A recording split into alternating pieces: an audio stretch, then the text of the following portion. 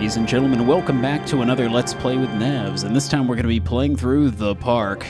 This is a survival horror, well, not really survival horror, but more of a walking simulator horror type of game. It's about an hour and a half in length, and I've heard some pretty good things about it. I'm a big fan of these walking simulator quote-unquote games, because I feel that video gaming is a really good medium for storytelling and not just for gameplay. So games like this really do appeal to me, much in the same vein as like The Walking Dead or many of the other Telltale type of adventure games. Another thing to note is this game is also in the same universe, apparently, as the MMO The Secret World. Just an interesting tidbit that I found out. So let's go ahead and jump right in. I'll probably beat this game in one sitting. It's an hour and a half long, and I've got the sound turned up and the lights turned down, so should be pretty awesome. I already started slightly. I barely went anywhere. I was having some issues with my recording software, so. The Park is a narrative adventure, best played in a dark room wearing headphones. It deals with subject matter that may be disturbing to some players. During the course of the play, the park may manipulate graphics, audio, control settings, and your sanity. I think I got through most of the important bits.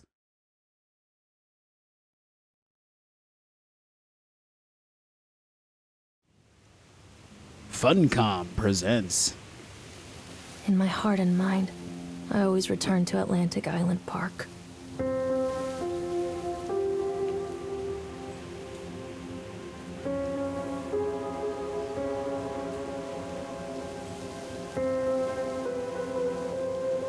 Where's Mr. Bear?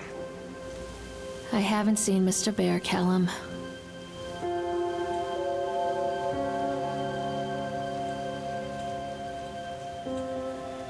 Stay in the car. We'll go and ask information. Well, this place is mighty empty. There's only one other car. Can I actually go and check out the car? See if there's anything going on with it. Already off on a tangent. We just started the video. That's okay, though. This game's only about an hour and a half long, so half the fun in these types of games is making sure you explore everything.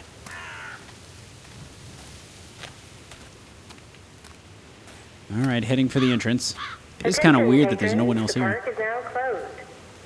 Please make your way to the car park at your earliest convenience. Employees, yeah, what's the point? There's no one here. Let's examine this Callum plaque. was born the day this place opened. This is his favorite place in the world. A tribute to the untamed heart of Solomon Island and the people who use their talents to bring the dream of Nathaniel Winter to life. May this park be a place where joy and laughter are gathered and used to infect all of those who follow after. Dedicated this first day of May 1977, James B. Longley. Excuse me, sir. I'm looking for a bear. I think it's a bear. What? Uh-oh. Hey, Lorraine. Lorraine. How do you know my name? Don't blame yourself, Lorraine. People lose things all the time. Take a deep breath and think about the last place you saw your son's teddy bear. Hey, stop! I think your boy just ran into the park. I'll unlock the gates for you. So, how did he get in the park? I guess they just leave the doors open? I mean, they have these things for a reason, I thought. Callum, I told you to wait in the car. Callum! Let's see, Nathaniel Winter welcomes you to Atlantic Island Park. Ugh. It kind of looks like Christopher Walken. Just a little bit. Just a little bit. Christopher Walken was like really old. There's something special about the entrance to an amusement park. A line drawn between the real world and the world of whimsy within. On this side, the apathy of our everyday lives. And on the other, anything we might dare to dream. It's no wonder Callum ran back inside. I wouldn't want to leave either. Attention employees, the park is now closed. Have a safe journey home. hell is going on there? Earthquake!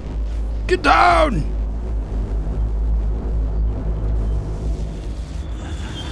I think the mom may just be a little bit crazy. I think that's what's happening here.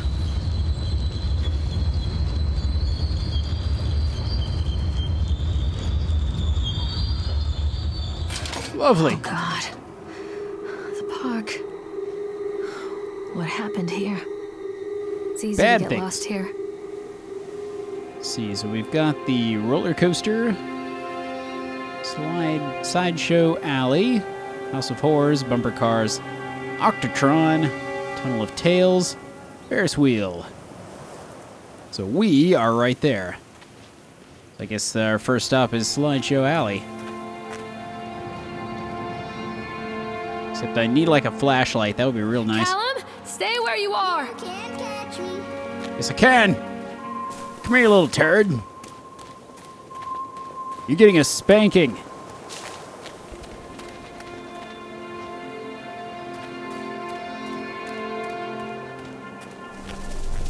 Weird. I don't like this.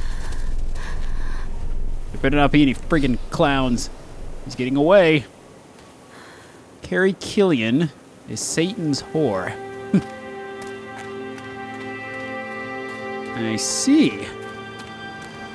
I thought that was Chris.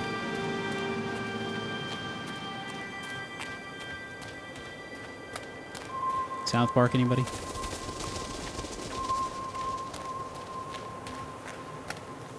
Examine the shoe. Where are you? Catch me, Mommy. I think this belongs to Callum. My God. It is most definitely a shoe. Don't think we're gonna get any more info out of that one. Examine this plaque. Chad the Chipmunk, huh? Just a drunk guy in a suit. Chad the Chipmunk welcomes you to Atlantic Island Park. Chad can be seen in daily ice sculpting shows in the following locations. 11 a.m. Sideshow Alley, 1 p.m. the Octotron, 3 p.m. Park entrance. Chad the Chipmunk, worst in class. Chad can't even seem to pass. Chad gets angry, likes to fight. Chad is beaten every night. Chad will have a dead-end job. Chad will die a useless slob. Well, that was rude. Chad's just trying to make ends meet, man. Not cool. Can I go into the ladies' restroom? I just got a whiz. What's this?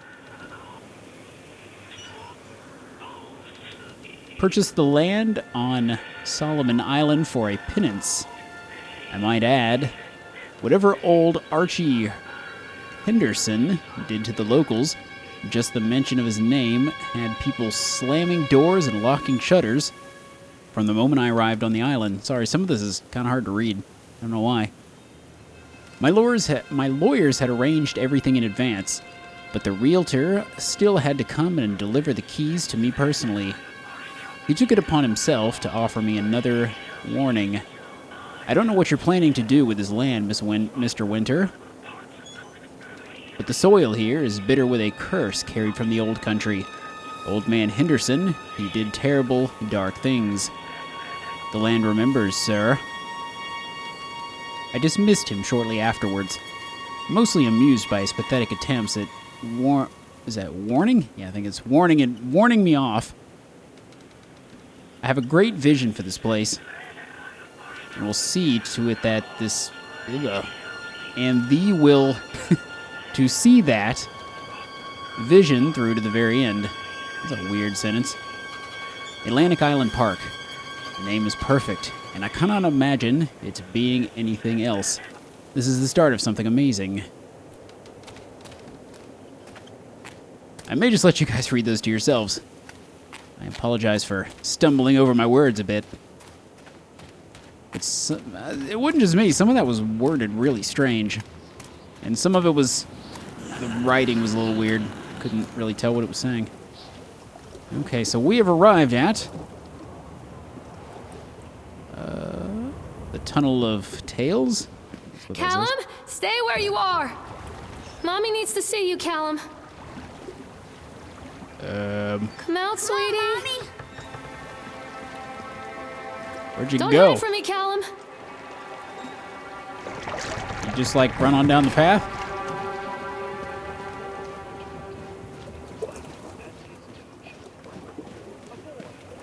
Wait, is that him? That's him. Notice that the duck stopped.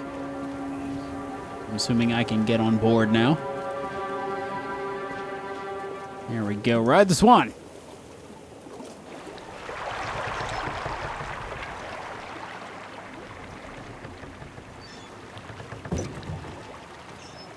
Never going back to a carnival after this, I'm sure of it. Why don't you just call security, lady?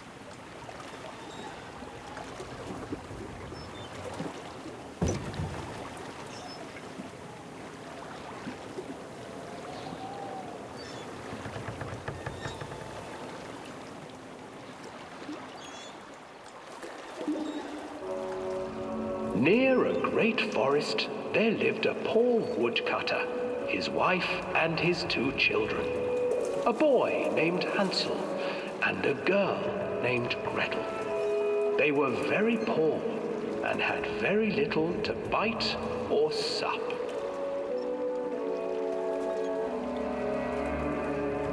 "What will become of us?" the woodcutter asked his wife one night. "I tell you what, husband, we will take the children into the thickest part of the forest tomorrow and abandon them there." Oh. "No, my wife, I cannot do that," said the man. "Then we will all 4 starve, you fool." Hansel and Gretel overheard their parents talking, and Gretel began to weep. "Do not fret, Gretel," Hansel said. He crept out of the hut and gathered white stones from the ground to fill his pockets.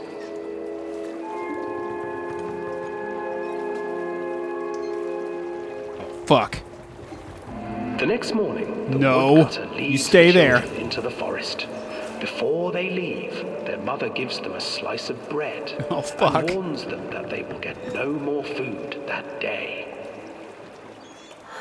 Nope. Clever Hansel leaves a trail of white stones behind them as they pass into the woods.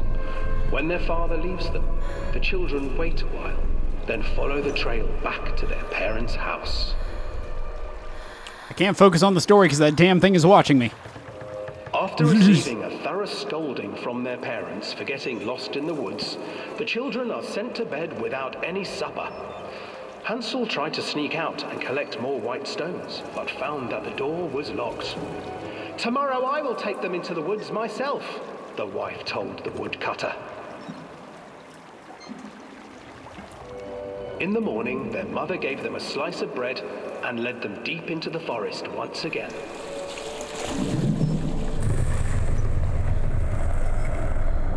I think you're having some migraines, lady. Hansel broke his bread into pieces and left a trail of breadcrumbs to lead them safely home. But hungry-eyed birds snatched up the breadcrumbs and his trail was destroyed.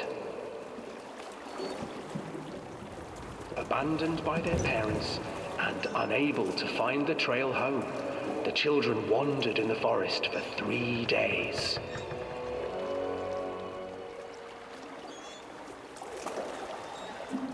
Callum, where did you go?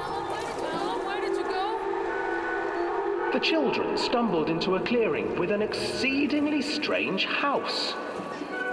Its walls were made of gingerbread, and its windows were panes of clear sugar. Hansel, desperately hungry, ran forward and began to nibble on the walls.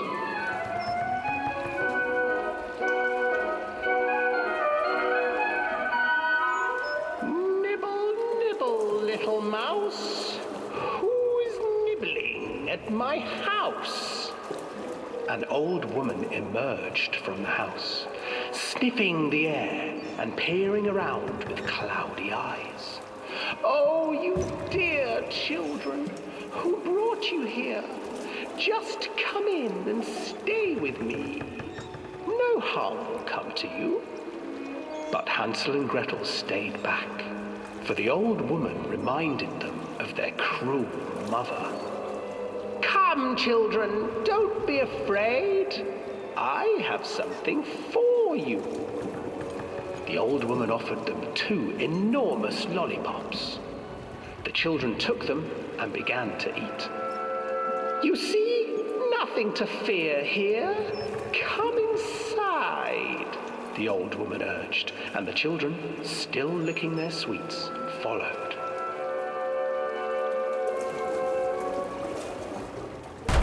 Whoa! Once inside the house, the old woman changed. She stuffed Hansel into a cage and put Gretel to work, sweeping and cleaning her hut. Your brother will make a good mouthful, the old witch told Gretel. Once he is fattened up, I shall feast upon him. What a lovely story to tell the kiddies at the carnival. Time passed, and poor Hansel refused to eat, fearing the day that the witch would eat him. The witch, for her part, grew impatient. Today I will cook and eat your brother, Gretel. Climb inside and light the oven. But Gretel pretended not to understand. I do not know how. Where is the opening? Fool, the old witch said. The opening is here. And she moved to show Gretel. Seizing her courage, brave Gretel gave the witch a shove, and the old crone tumbled forward into the oven. Gretel slid a large iron bolt over the door to the oven. Gretel freed her brother Hansel, and together they lit a fire beneath the oven. And though she screamed and begged, the children sat by the oven until her screams had stilled, and the witch was cooked. What a brutal story. And then, because even children can't survive on sweets, they divided up the body of the old witch and ate her. And they all lived happily ever after. The end.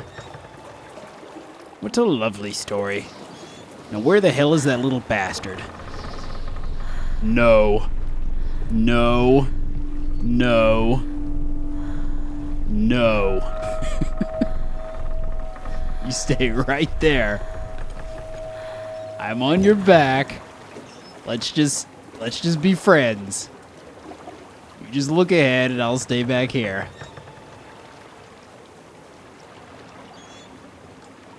So afraid that goose head is gonna pop around on me now. Okay, wanna get off, please? Thank you. Good day.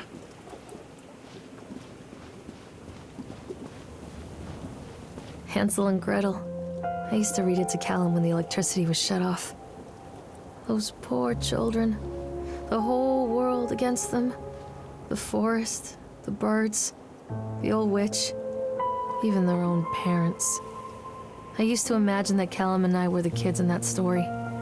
Not mother and son, but brother and sister, hand in hand against the unkind world. We were always hungry, looking for our own house made of candy, looking for the sweetness that could take the pain away. Hunger leads people to desperate, terrible places where the tree branches reach like claws.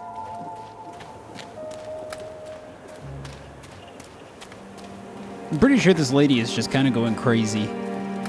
That would be my guess. But who knows, we are in the land of the secret world, so fairy tales apparently do come true. Another accident. This place. Whoa. This place is pretty fucked up. And why would you read Hansel and Gretel to your kid anyway? Well, hi. I'll let you guys read this to yourselves. I'm going to read it to myself.